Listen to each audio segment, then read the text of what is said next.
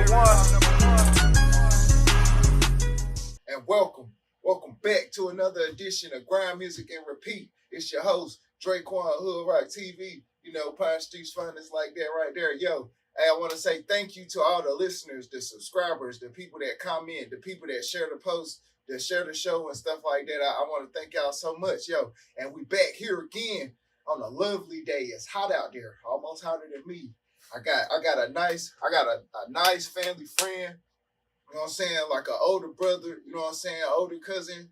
You know, we got our first visual artist on the show, yo. I want to welcome y'all to meet Delvecchio Fasion. Yes, brother. Yes, sir. Yes, sir. What's good with you? I'm good, man. I'm good. Oh yeah, man. So like, just to, you know what I'm saying? Like, for people that might not know who you is, you know what I'm saying? Let's give them a little bit of something about yourself. I'm a native son of Clinton. You know, so this is where I was born. This is where I was raised.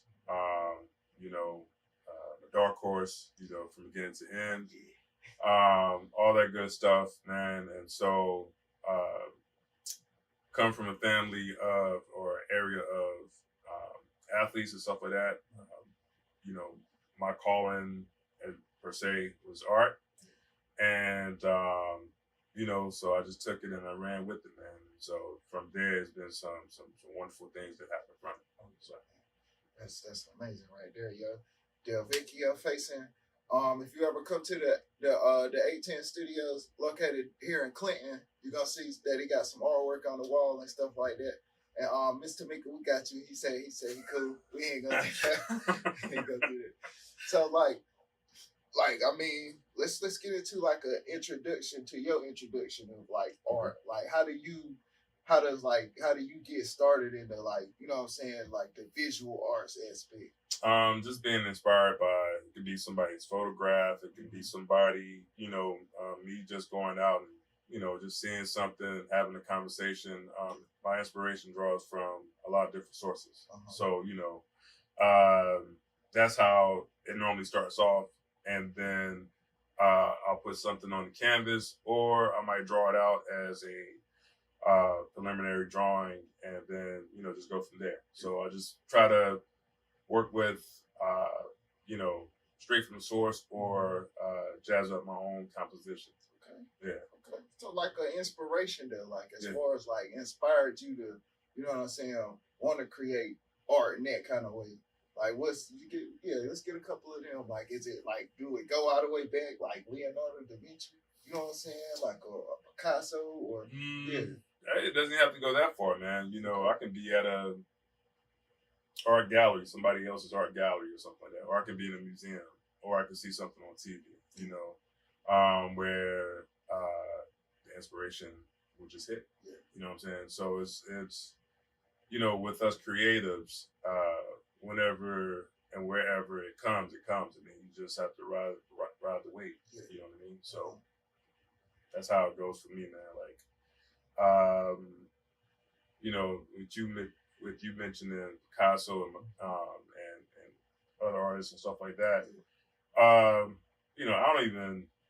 It's like, since I'm old man now, you know, I don't even think about those guys anymore. It's just like what's happening, you know, in the current times and stuff like that. Yeah. So that's my inspiration right there. You know, that's part of my inspiration, because my inspiration is drawn from a lot of things. Okay. You know what I'm saying? Okay. So like, as far as like yo first like interaction with like painting, or like one of the first paintings you painted, like what was that experience like? Ooh. One of my that's a good question, man. And it's so many first time situations. Like, you know, when I chatted with you last night, first time that I can remember painting, like taking it seriously. I'm a 10-year-old kid in an summer art class, watercolor painting. You know what I mean? Yeah. And so just doing stuff from there, painting, you know, a seascape of a beach, doing stuff with trees and stuff like that. And then, you know, as an adult, one of the first paintings that I can recall doing as like a 20-something-year-old that got me into, what I've been doing now. I think it was a painting of an angelic kid with some wings on the back and, flower and stuff like that. And that was my first. That's the first. So those two instances right there was like my first that's like significant. You know what I mean? So, Okay. So like it's for, like experimenting with colors. mm-hmm. Like, cause when we were speaking, I was telling you like how like with us in art, we was only able to use black and white. Right. You know what I'm saying? And Right. then any other color that we needed, like to get a gray or something like that to create those tones, we Right. had to blend those together. Right. So like your first experimentation with as far as like the visual creations that you come up with, like what's some of those like different things that you did to make your paintings like kind of innovative? And then let's say that if you didn't have all the right tools, what's some kind of ways that you kind of so there's the traditional way that I was taught, and then there would be times where I just go back to the basics. Like, if I didn't have like a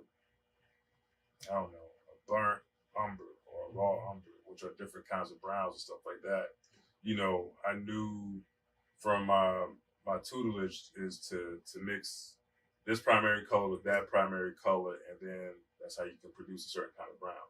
And then I get into like, for some of the viewers or whatever, that's like, well, how do you make brown? Or, if you mix a certain kind of red with a certain kind of green, you'll produce a brown. You know what I mean? And then you add your variations of black and white to it to produce, do you want to be like a grayish looking brown or a brown that kind of pops? So if I don't have the colors, I'll just try to mix and make my colors and stuff like that. So that's how I go about doing it. So as far as like canvas wise, is there like a certain canvas you always try to seek out, or is it like something one in the same, or I'm just working out my vision? Very good question. So I try to get like higher quality canvas, you know what I mean? But just starting out, it was just any and everything, starting out, I didn't really have canvas. I just had paper, you know what I mean? So it was like a big sheet of paper. It was like, oh, okay. And then somebody would be like, well, you want to get a higher grade of paper, to do that kind of work on. Oh, really? Okay. And then it was like, well, you might want to get a higher quality of canvas because you have your student-based canvas and you have your professional-based canvas, which is a little bit more. And so when I was living in between Raleigh and Durham, 8 years in Raleigh, 10 years in Durham, there's a spot in Raleigh that I would go to called Jerry Arts and Crafts, and whatever you thought of having as an artist, they have it. They have it. Okay. So that's how I evolved into canvas and stuff like that, and I tried to relay that to my students and stuff. Because it's like grind music repeat. Just like certain kind of ways, like as artists, when we don't have everything that we need to have and stuff like that, but we figure out like certain kind of tricks to the trade to where we can like alter that. Like I remember on one of my tracks, I got it's an acapella track, right? But what I did was I tried to create a room full of Dre's talking. You know what I'm saying? So what I had to do is I had to record all of those tracks individually. Because I ain't got 5 microphones to step around. So like that's why I was Yeah. And it's funny, a buddy of mine who's also a Clinton native named Julian Boone. We went to the same college, and he was doing his thing with music. And he would have, there's people, I guess nowadays you don't need a studio, but back then, in the late 90s, early 2000s, you need like a studio type of space. And he would have stuff like, somebody being in the closet with these egg crates and stuff like that. And I was just like, what? And then he'd be in the, in the room, the actual room with the sampler and the recording stuff. It was crazy. So, you know, I say all this to say, you make things happen out of nothing, and that's just how it is with our people. You know what I'm saying? So you just make things out of nothing when you don't have access to it. So I definitely could see that vision right there. So as far as before I ask this next question, I want to ask you, did any kind of music inspire your visual art creativity? So I did, the typical black artist thing where it's like, I'm inspired by jazz. You know what I'm saying? Like I listened to Miles Davis or Cannonball Alley and all these people and stuff like that. But I thought it just came up to mind. Like I was listening to old Stevie Wonder music and stuff like that, stuff that he was doing back in the 70s in the background. Sometimes I'll play Drake, I don't play hip hop because then I start listening to it and I get out of my zone. So it has to be that kind of music where you just zone out to. You still hear it, you still conscious of it, but so yeah, that's what I do. But if it's like the Firm with Nas, no, I can't do it. Can't do it because I'll be trying to listen to the words and then I'm out of they're in their zone, right? But then I'm out of my zone because I'm trying to vibe too much with them. So so now. Okay, so like as just as an illustrator alone, I mean, as a musician, you know what I'm saying? Maybe sometimes even as an athlete, it's a certain set of vision aligned with what you creating or whatever your craft is. Like, so I want to ask you, like, do you because it was a thing told to me. It was like, Draquan, you got to draw what you see, not what you think you see. Okay. So what's one of those kind of would you call it a mantra or something that like a code that you live by as far as like how you create and what you create? I wish I can give you one set thing, but I can't.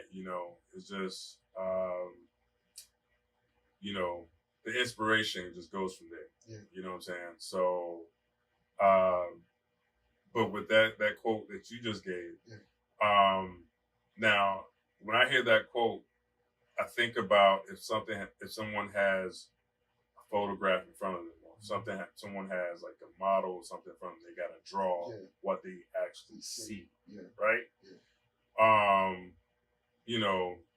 That's what a traditional art teacher would tell their students.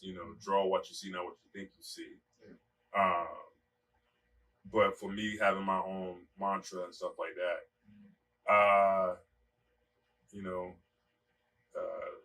I'm just making this up. Create, be great. Be great and create. So that's the way I look. I don't have a particular mantra. You know what I'm saying? But you got experience in that and teaching like that, right? Like how did you get into that kind of field? Like what, being a teacher? Yeah. Oh man, how should I put it? It's just things. Sometimes in growing up, there's things that line up for you to go be a part of a chapter. So for me, it's kind of like a convoluted story, but I'll say it like this. So when I graduated from college, my first time graduating from college with the art degree, I didn't know what I was doing, right? So I knew I didn't. The young me was like, I'm not going back to Clinton. I don't want to go back to Clinton. So I stayed with a friend of mine, and because of folks that I knew back in college, it was like, hey, do you want to be a part of this summer camp where you travel to parts of Virginia? So like George Mason University, William and Mary University that I traveled. And it's like this particular art summer camp. It was science and art summer camp. That was my first taste into teaching, the kids and stuff like that, And then after that happened, my first graphic design job was working at Kinko's Copies. That's now FedEx office. And so worked another job. So I did everything that I wanted to do before I went into education. So I worked as a graphic designer at FedEx office. I worked as in graphic design for this Black-owned newspaper in Raleigh called the Carolinian. And then, yeah. And so I wanted, somebody approached me. It was like, you want to, work at this charter school in that was located at St. Augustine's College. So it was a charter school that started from this old dorm. They gutted out and made it into a school. Yeah. So I was a teacher assistant there, and my principal, she looked at my resume. She was like, "Oh, you got an art degree.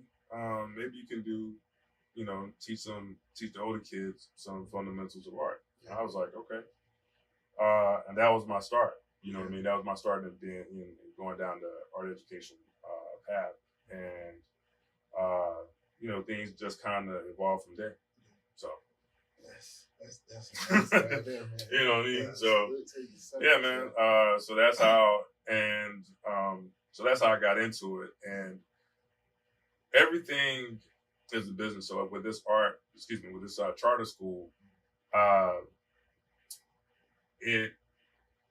it was only as successful as a population of kids. And what I mean by that was a few things before I get into that part. My principal at the time, she was like, if you are not a full-fledged teacher and you got a 4-year degree from a university, you will not have summer vacations. You will be taking, she made us take, or forced us to take, and I'm not saying in a bad way, take education classes for our certification to be a teacher. Okay. You know what I'm saying? Because she didn't want you just to be settled here. She wants you to try to be your own teacher and stuff like that, which was good. Right. Yeah. So she, so I took this class called Foundations of American Education that kind of broke down everything that I was going to experience after. So one of the things was that, if you have a school of a certain amount of kids, those kids bring in a certain amount of money. When you lose those kids, you lose funding. Yeah. If you lose funding, you either lose your job or your work ethic, right? So that's what happened, with me, where I was working there for 2.5 years, going on my 3rd year, and in the middle of my last year, it was like, instead of me working 8 hours, I'm working 3.5. Yeah. And so I had to leave there and get back into the field that I know, which was printing and graphic design. And then I had a come to Jesus moment in late 2007, early 2008. What do I want to do? And then I started having reflecting back on, I really enjoyed being a teacher, working in education. So I was living in Raleigh at the time. And then I had to move to Durham and go to school. North Carolina Central had a program, art education program for 4-year people with that 4-year degree. So I took advantage of it, went back to school, took the education courses, and became a teacher. So yeah, man, that's a long-winded way of me saying this is how I found it. You know what I mean? Yeah. So, but that was some kind of musical in the background too. So like, tell me about it. Yeah. So when we talked about, before that, and I don't know where you could find it, but I did the storyboard for P.D. Pablo's, the rapper P.D. Pablo's video, Raise Up, North Carolina, all that kind of stuff. And I don't know how far you want me to go. You can ask the question, but I did the storyboard. How did you get the introduction on that? Did that just like kind of, No, it didn't just kind of come. Like I said, man, everything that, like I mentioned before, there's things that you do that just kind of manifests itself into something else, right? And so I like the behind the scenes, watching documentaries of behind this. If you see a movie, what's the behind the scene part? You know, what was the inspiration for the writer? How did it get to this point? How does it get to that point? And what makes it successful? So that's what I be wanting now. right. So and I was working at my graphic design job at Kinko's Copies, and believe it or not, even though I'm getting old and my hairline ain't the way it used to be, I used to have locks and stuff like that, and so I had my locks. 23 years old, out of college, and I was working here, and this British lady was like, "Oh, you want to be in a video?" She's like, "You look like you can, play it." And I was like, "I don't know about that, but if y'all need a storyboard artist, hit me up." You know what I mean? Like, I can't be in the video. I can do this. I can do this, right? Because that was something that I, one of the boxes that I wanted to scratch, I wanted to check off. In my creative career, because like before painting, I still love to draw. You know what I mean? So, so she was like, "Okay, let me get your information," and she got my information, and then I met the director of the video.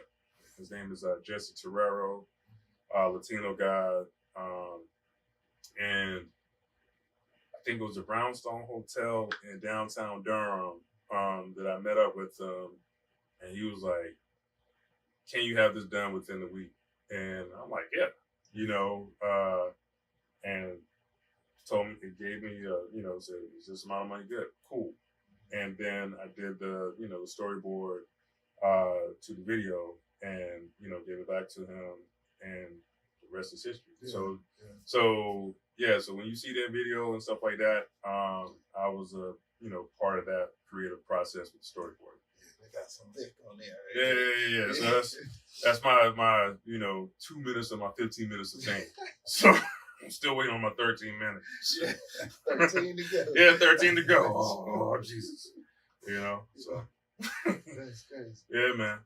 So, like, do you still, like, as far as like inspiration, sometimes just remember moments like that, or just use that, we talk as far as that grind part of, you know what I'm saying, like when it's like, dang, it's tough today, it's hot, I'm tired, I don't want, you know what I'm saying? Do you use what kind of moments do you use, or like what kind of visualization do you create in your mind to where you can persevere and, you know what I'm saying, follow through with whatever you shoot? Man, I used to be into running, right? Running races and stuff like that in my late 20s, early 30s, early to mid 30s. And then, as you see, I'm kind of big. But it's the same thing. That's muscle, y'all. Okay, it's muscle. But the same thing with that, like, is you don't think, man, you just do. You just do. You just go at it. It's like, oh, I'm inspired. You know what I mean? So that's how it is on that. I don't, it's weird with my inspiration. Like, a cousin that we share in common, Derek, right? Yeah. Pooh Bear, right? Experience. All right. I remember when I started out, pursuing the painting chapter of my life, he was still playing football, and that motivated me to just get on the canvas and then, right? You know what I'm saying? So, my inspirations draws from a lot of places and people and stuff like that. So, cause I like most of like my stuff when it comes to like with music. You know what I'm saying? I like the great feelings about love I could talk about, like, or even just motivation, or what it take to get up when we down, that kind of stuff. And I find that inspiration in the people around me. Right. Like, for real. And they be like, I don't know how you just be doing that. Yeah. I mean, I'm you know what I'm saying? I gotta, I'm a renewable energy resource. Yeah. I'm turning that love into more love. You know what I'm saying? More love, man. So that's how we rock, man. Yeah, man. I got something. So the last big series of things that I did was of the elders in my family, which are my aunts, my uncles, and my mom. And so I had this idea that I talked with an old art friend of mine of doing like this one big canvas piece of all the family members and just having it at my late grandmother's house. Unfortunately, Derek's dad, my uncle, who's like a father figure, my Uncle Bob, passed. And so that couldn't be. So what I did in this 2025, so in the year 2022, 2023, I made a series of paintings of all those family members, from my oldest aunt to my mom and my youngest, my only living blood uncle, my Uncle Ronnie. Yeah. So that's what I did, man. So what you just said just inspired me of that bringing out that thought. Yeah. So that's what it's about. Sometimes like it's different ways we gotta hold it down, and then there's certain ways we gotta lift it up. Right. That's just how I see it, man. Right. That's how I see it. So like we got any works coming in the future, or I wish I could say not anything right now. I'm trying to finish up my last part of grad school and stuff like that. So it's pretty much been like, do I want to write this paper? Yeah. Or do I want to work on this art? If I work on this art, that takes away from writing on the paper. And then, So, but hopefully, by the beginning of next year, I'll get back on the canvas and stuff like that when I can, and see where I can go from there. Okay. Yeah. Is they like a site or somewhere that we can see like some? You can go to my Instagram, which is DD Fasion. I post nothing but my artwork up there. DD Fasion 50. DD Fasion 50. And then my old website is artextraordinaire.wordpress.com. So that's where you can see some of my work. I do try to do commission work every now and then if time permits. And that's it. So, that's how we do it. Ground music with Pete again. Delvecchio Fasion. I mean, inspirational, thoughtful, mindful. You know what I'm saying? I'm just saying, like, one of Clinton's finest. I can say so myself. You got anything you want to say before you man, I just want to, give a shout out to people who are my contemporaries, such as Keith McLaurin. Shout out, Keith. Next. Next, please. And because I remember him as a student at St. Augustine's College when I had when I was working at my charter school there, and to see him, really evolve into being an art student and then having his own studio at one point, and then coming back to Clinton and doing stuff. My mentor, Eric McRae, he has, if I'm not mistaken, he was part of a group art show here. So just, Robert Hall, who is from, I believe, the Union area, stuff like that. He was my first Black artist that was an inspiration to me, growing up, because he was a Black gentleman from, small town, Sampson County, and made a name for himself. So I got to give respect to my contemporaries and people who were here before me doing what I love doing. So, okay. Yeah, man. Delvecchio Fasion, a visual artiste. You know what I'm saying? I told him I was going to say that. Yes. Yeah. So, oh, man. So, you can check out some of his pieces on his sites. Go ahead, holler at his Instagram. I don't know if if you're in the market of buying a piece now. I don't know. He might get some of that work done for y'all. Yes. Yeah, he'll do that. Yeah, man. So I wish you luck on. Yes, you know what I'm saying? Finish your school and stuff like that, man. And get back to that artwork, man. Anytime, man. Thank you for having me in your heart, your mind to do this interview and stuff like that, man. So I really feel like a big wheel. All right. Yes, sir. And that's gonna be it. Grind music repeat every day of the week. For the rain with the heavyweight. World Series law number one.